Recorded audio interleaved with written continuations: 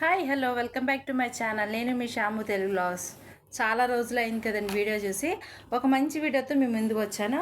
ఈరోజు మీకు నేను స్టిచ్ చేసిన ఒక ఫ్రాక్ అనేది చూపిస్తాను. అది మా పాపకి అనేది వేశాను. ఇదిగోండి, ఇది 3/4 ఫ్రాక్ అనమాట. 3 లేయర్స్ వస్తాయి. 1 2 3 అనమాట.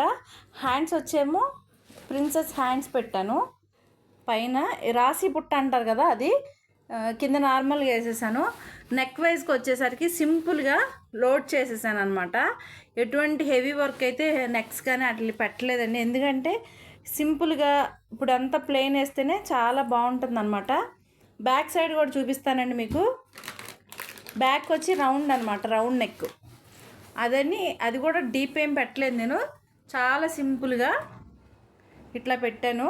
నాకు ఫుల్ శారీ అయితే మొత్తం అంతా కూడా ఈ ఫ్రాక్కి పెట్టడానికి ఫుల్ శారీ వచ్చిందనమాట, పట్టింది. మీరు ఇంకొక లేయర్ కనుక పెట్టుకోవాలనుకుంటే ఇంకొక శారీ కంపల్సరీ తీసుకోవాల్సిందే. నేను చాలా అడ్జస్ట్ చేసి ఈ ఫ్రాక్ అనేది కుట్టాను.